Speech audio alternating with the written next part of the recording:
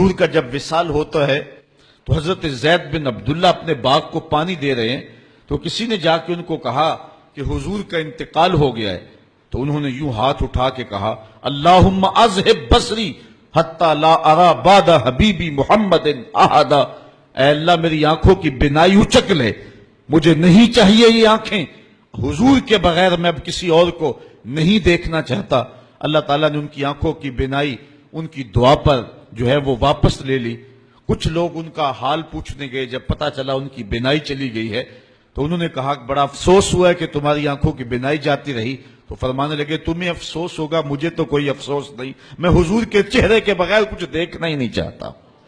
یہ پیار کی وہ انوکھی داستان ہے کہ جو آپ کو کائنات میں کہیں بھی نہیں ملے گی۔ حضرت حسان بن ثابت رضی اللہ تعالیٰ عنہ کے اشعار پڑھیں جو حضور کے وصال پہ انہوں نے کہے ہیں،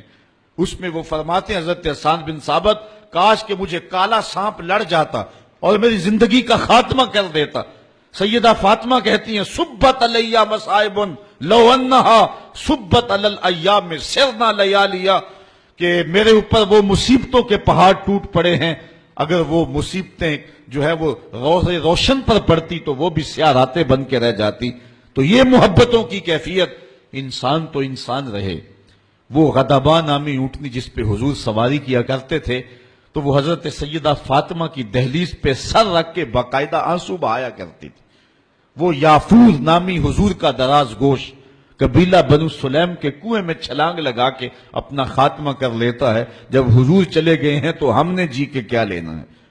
حضرت امام احمد بن حنبل نے اپنی مسند کے اندر لکھا ہے کہ حضور کے گھر میں ایک چھوٹا سا ممولہ تھا،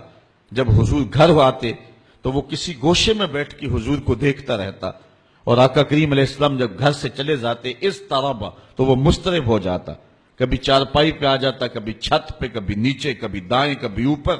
جب آقا کریم علیہ السلام دوبارہ گھر آتے فساکانہ تو اس کے دکھی دل کو قرار آ جاتا۔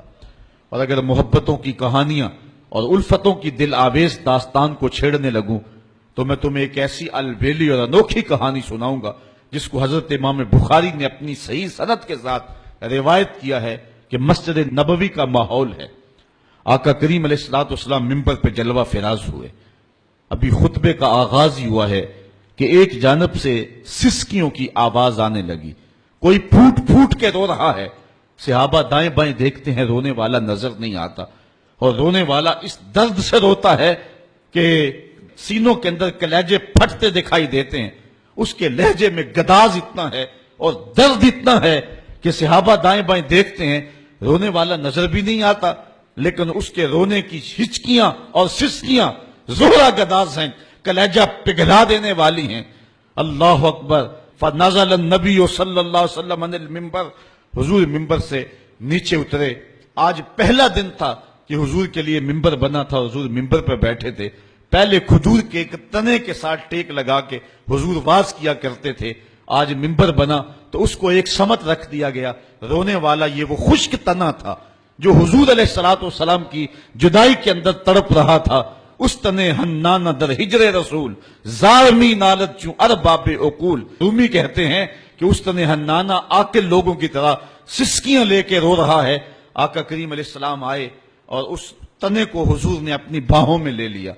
جس طرح کوئی بچہ بچھڑا ہوا ماں کی گود میں آ جائے تو اس کی گھگی بند جاتی ہے، اس طرح اس کی گھگی بند گئی، اور آقا کریم اس کے اوپر اپنا ہاتھ پھیرتے رہے، اور بتدریج اس کی سسکیاں اور اس کا رونا کم ہوتا رہا۔ پھر تھوڑی دیر کے بعد آقا کریم دوبارہ ممبر پہ آئے، صحابہ سے ارشاد فرمایا کہ اے میرے صحابہ، لو لم افعل ہاکذا لہن الی یوم القیامہ، اگر میں ممبر سے اتر کر کے اپنے عاشق زار کو یوں تسلی نہ دیتا یہ قیامت تک روتا رہتا۔ حضرت امام محمد بن سیرین ایک بزرگ ہوئے ہیں، آپ فرمایا کرتے تھے کہ جب حضور کی محبت کا عالم یہ ہے کہ خشک لکڑیوں کو بھی جدائی برداشت نہیں ہے، تو حضور علیہ السلام کے جو غلام ہیں پھر ان کی محبت کا عالم کیا ہوگا۔